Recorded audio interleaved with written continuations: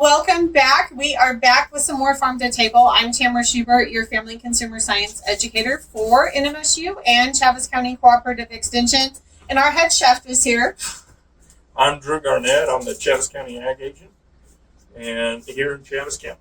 And we are going from farm to the table. So we are breaking down a farm-raised rabbit today. And Drew, what are we making? So we're actually going to be making, and I can't pronounce it correctly. Cacciatore? Cacciatore. So rabbit cacciatore. All right, so we're going to do a close-up as Drew starts here. So the first thing that we're going to do, you can look at all these nice pieces. We actually have 2 trays of them here with all of that meat. We're going to start with just a simple salt.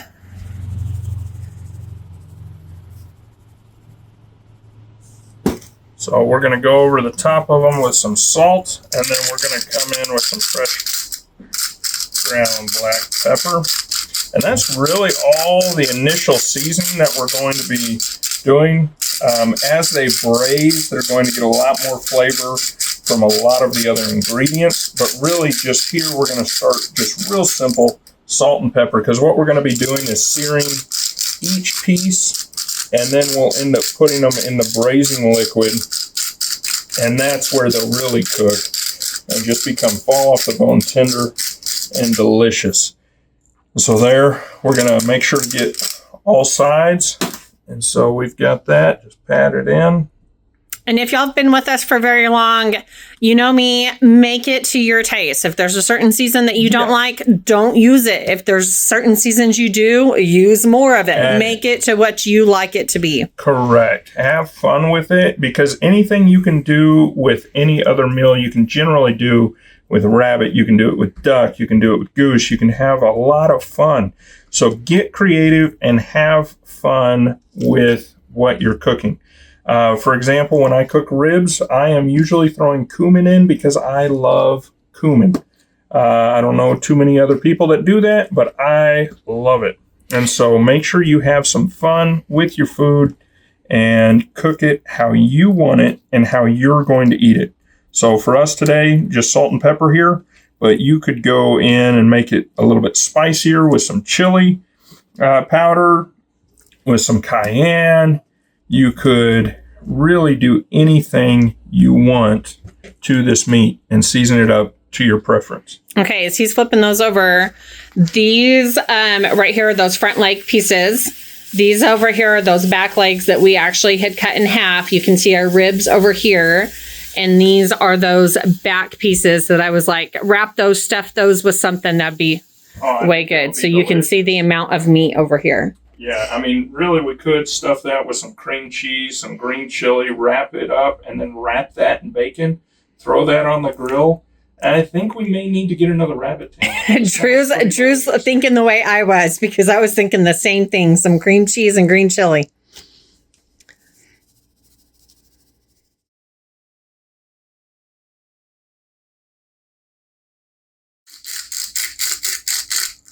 All right, we're going to let those sit for just a minute, let all that salt and pepper really absorb into that meat before we sear it. And we're going to go ahead and get the pan warming up. And today we're just using a little bit of olive oil, but you could use butter. You can use whatever oil you prefer. We've got some oil in a pan here. Again, you can use butter. You can use whatever you prefer. And we're just going to go ahead, set that in, and let it start.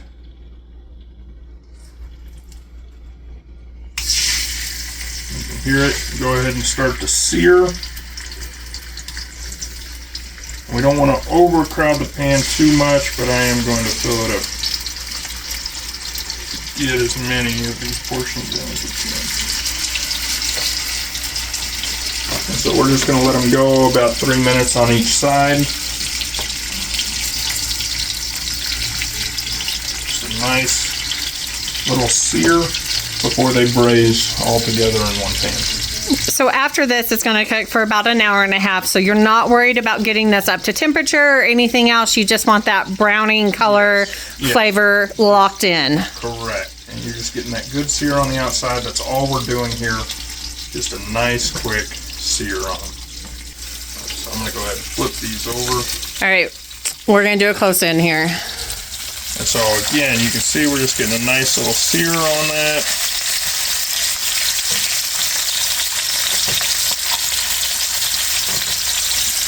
And obviously up underneath that rib cage on this rib piece, you're probably not going to get that good sear. I'm not too worried about that at all. You don't need to go here and push down and break those ribs. There's not a whole lot of meat on the inside. There's a lot more out here on the back side. So we just want to sear as much as we can on that. Then you can see with some of these center pieces where you've got that good back strap, that loin, we're probably going to turn it on its side to give a nice sear on these outer edges of it as well. That way we're just getting it browned all the way around. And then once they are done searing, we're just going to go ahead and set them to the side on this pan, and then we'll finish searing the rest. And then once that happens, we'll start making our braising liquid and that beautiful concoction.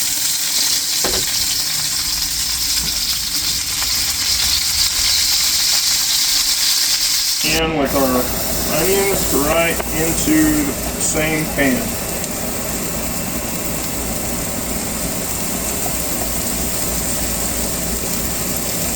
Get all that delicious goodness.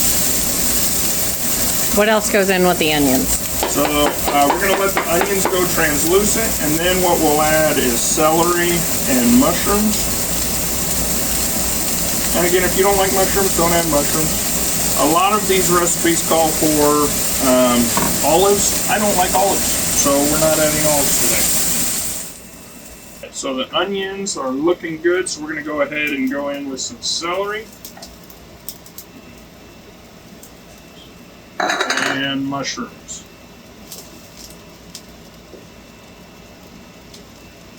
And these aren't exactly the right mushrooms that a recipe normally calls for, but this is what I have available at my local store, so this is what we're using.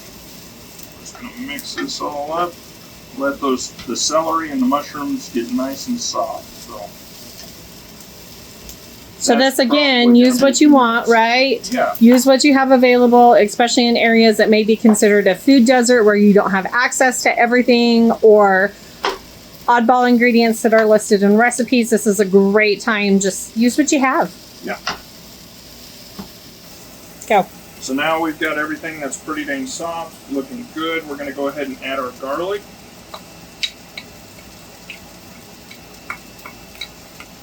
And we're going to add a nice healthy pinch of red chili flakes. Give it a little bit of a kick. Not too much. And so then we're going to let this, just once it starts really getting aromatic is when we're going to add our wine. And so we're just going to mix this all in nicely together. So it doesn't take long for that garlic and that chili flake to really start imparting this flavor to it. So just half a minute to a minute here. And then the reason we're going to be adding that wine is a couple different reasons. It's going to add some body to the sauce and to the braising liquid, but it's also, right here is a really important step to add it, is because it's going to, all those little good burnt on bits of the rabbit, or if you're using chicken, will help kind of break that off the bottom of the pan. So we're just going to go ahead and mix that in. And we're really going to take that spatula and scrape that bottom to try and get all those good flavorful bits off the pan and into our mix here. And we're going to let that cook for just a few minutes to burn off the alcohol that's inside. So you're not going to have alcohol in the dish. It is going to burn off relatively quickly. That kind of marinate together real quick just for a minute. Now we've done a good job scraping off that bottom one more time. We're going to add our tomatoes in. And this is just a can of peeled tomatoes that we mashed up. And we're going to mix that right in. all of that. We're going to mix this, and it is really coming together. Looking good. And now we're going to add a cup of broth. This is just chicken broth, but if you make your own homemade broth with those leftover rabbit bits that we showed earlier, it is going to add so much more flavor. A homemade broth trumps a store-bought broth every day. And so now all I'm going to do is add a little bit of salt to season it up. And we're going to bring this to a simmer, and then we're going to pour it right over our rabbit and let that start braising.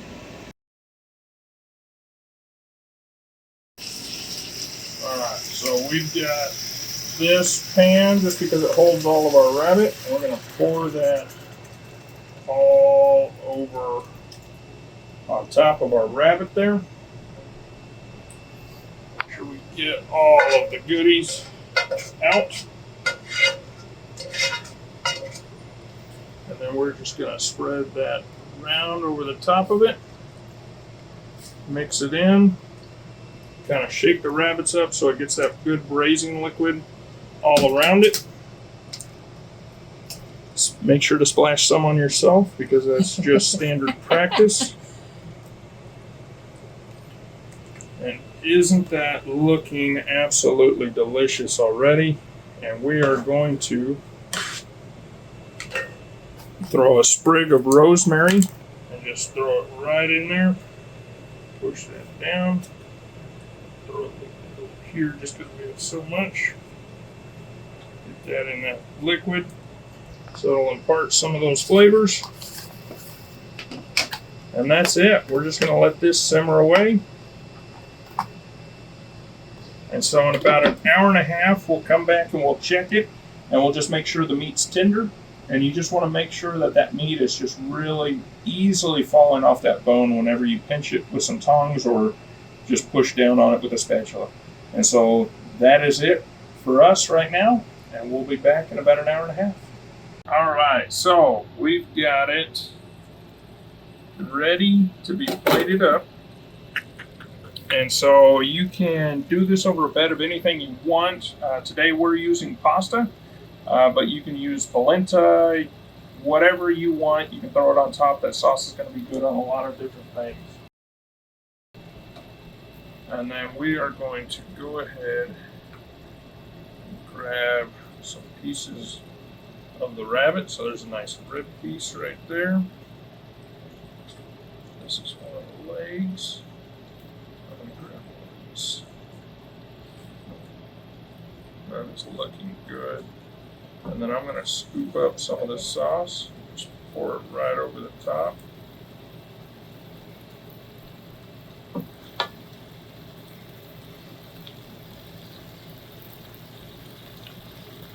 We're going to get a little parsley, add a little bit of color, a little bit of flavor over the top of it. And we're going to get some cheese.